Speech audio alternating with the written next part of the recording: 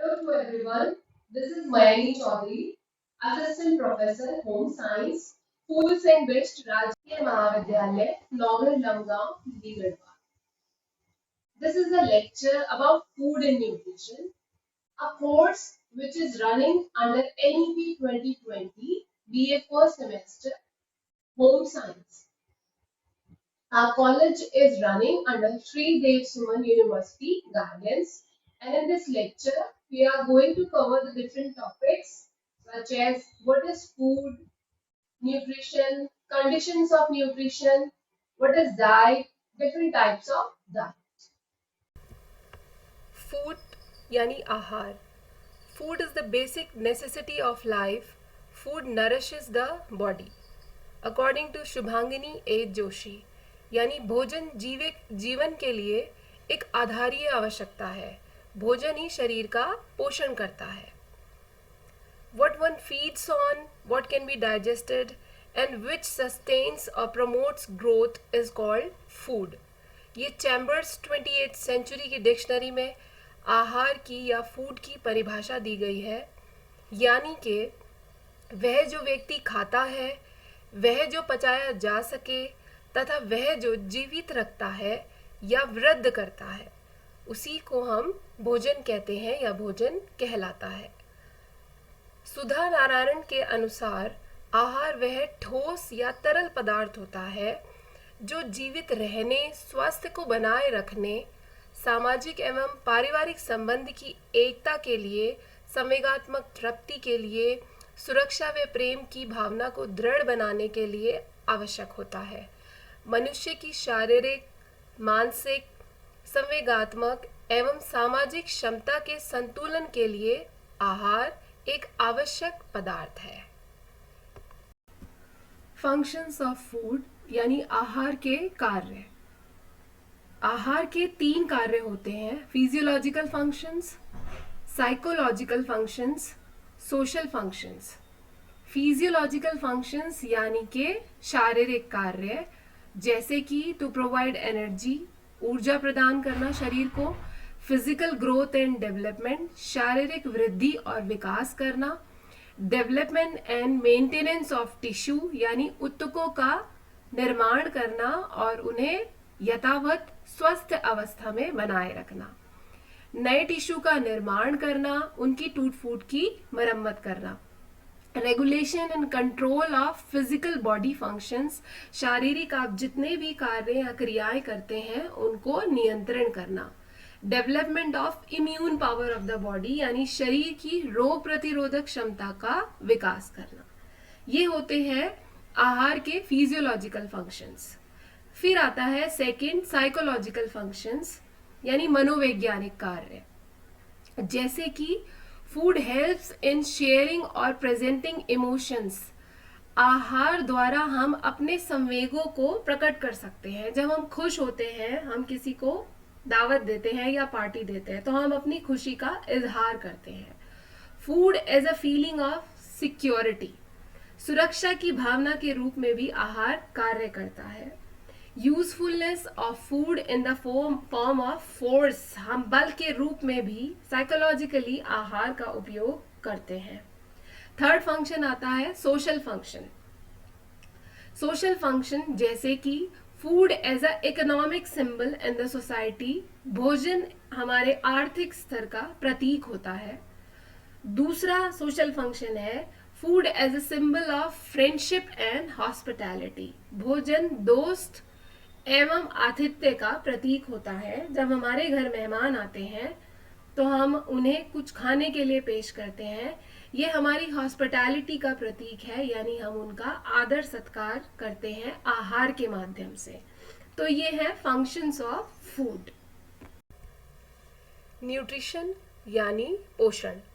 Nutrition is the combination of processes by which living organisms receives and utilizes the material necessary for the maintenance of its functions, growth and renewal of its component. This definition was given by D.F. Turner. यानी कि पोषण शरीर में होने वाली विभिन्न क्रियाओं का संगठन है जिसके द्वारा सजीव प्राणी ऐसे पदार्थों को ग्रहण तथा उपयोग करता है जो शरीर के विभिन्न कार्यों को संपन्न करते हैं, शारीरिक वृद्धि के लिए आवश्यक होते हैं तथा टूट फूट का पुनर्निर्माण करते हैं. And the next definition of nutrition was given by S. Mudambi and Shalini Rao. The study of various nutrients, their functions, food sources, and their effect in human well-being is called nutrition. यानी कि विभिन्न पौष्टिक तत्वों का अध्ययन, उनके कार्य, भोज्य स्रोत तथा उनका मानव कल्याण पर प्रभाव ही पोषण कहलाता है. कंडीशंस ऑफ न्यूट्रिशन यानी पोषण की भी कुछ परिस्थितियां होती हैं जो दो हैं, good nutrition and malnutrition. Good nutrition को सुपोषण या उचित पोषण भी कहते हैं.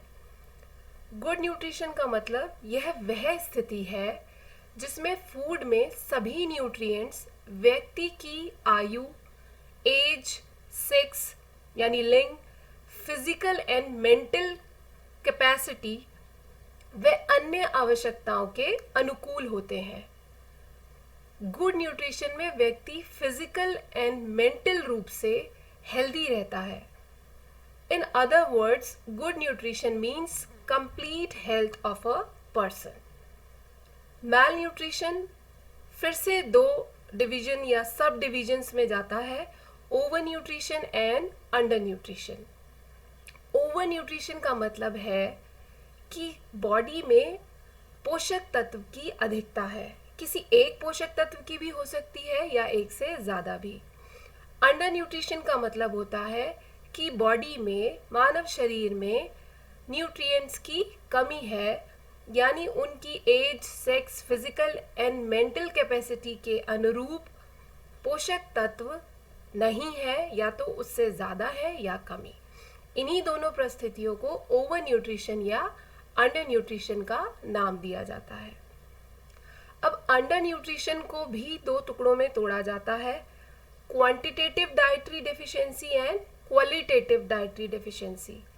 क्वांटिटेटिव डाइटरी डेफिशिएंसी का मतलब है आहार की न्यून मात्रा, यानी आपकी जो डाइट है, जितनी आपके शरीर को चाहिए आपने उससे कम ली है.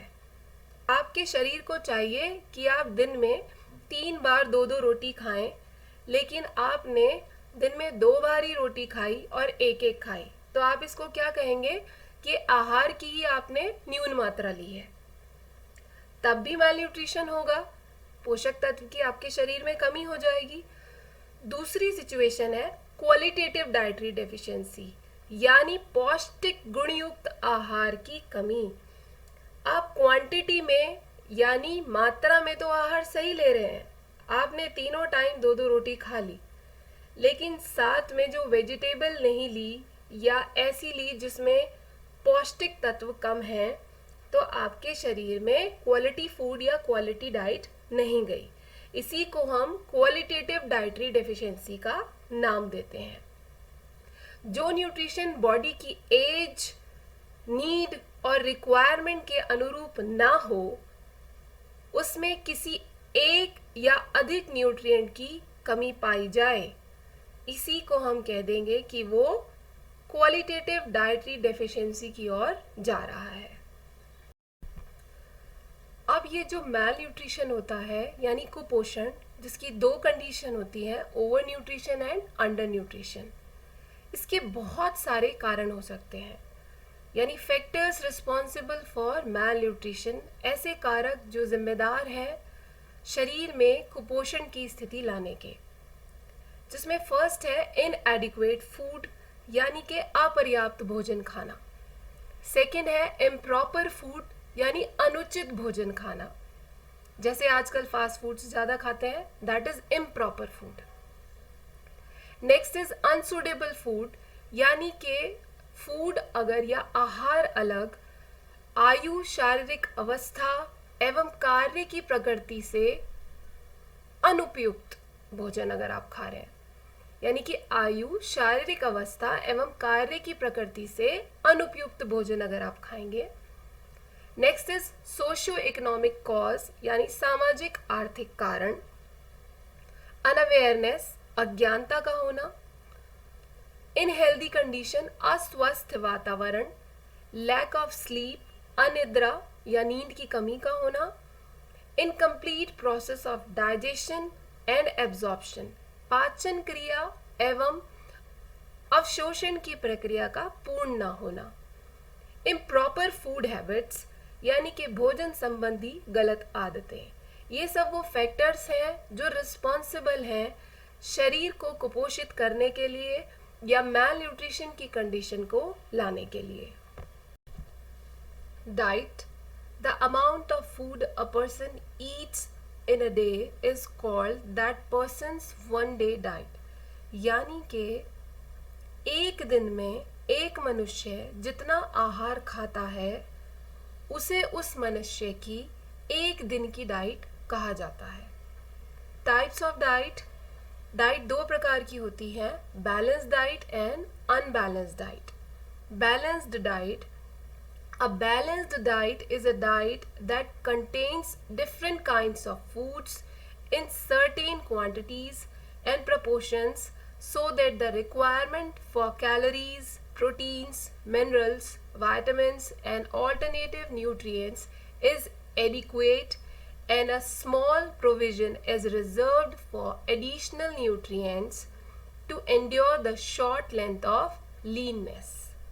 यानी कि वह आहार जिसमें पर्याप्त मात्रा में सभी न्यूट्रिएंट्स जैसे कि carbohydrate, protein, fat, mineral salts यानी खनिज लवण और विटामिन्स विद्यमान हो जो व्यक्ति की फिजिकल ग्रोथ यानी शारीरिक वृद्धि एवं विकास के लिए पर्याप्त हो, बैलेंस डाइट कहलाती है। बैलेंस डाइट में वाटर और रफेज, रफेज यानी फाइबर जिसे हिंदी में गूदा कहते हैं, रेशे की भी पर्याप्त मात्रा होती है। यह बैलेंस डाइट का जो आहार होता है ये अट्रैक्टिव होता है यानी आकर्षक होता है, स्वादिष्ट भी होता है, टेस्टी, एवं व्यक्ति के इंटरेस्ट उसकी रुचि के अकॉर्डिंग होना चाहिए, तभी आप उसे एक संतुलित आहार कह सकते हैं। नेक्स्ट आता है unbalanced diet. If there is deficiency और excess of one or more nutrients in the food such as diet is called unbalanced diet।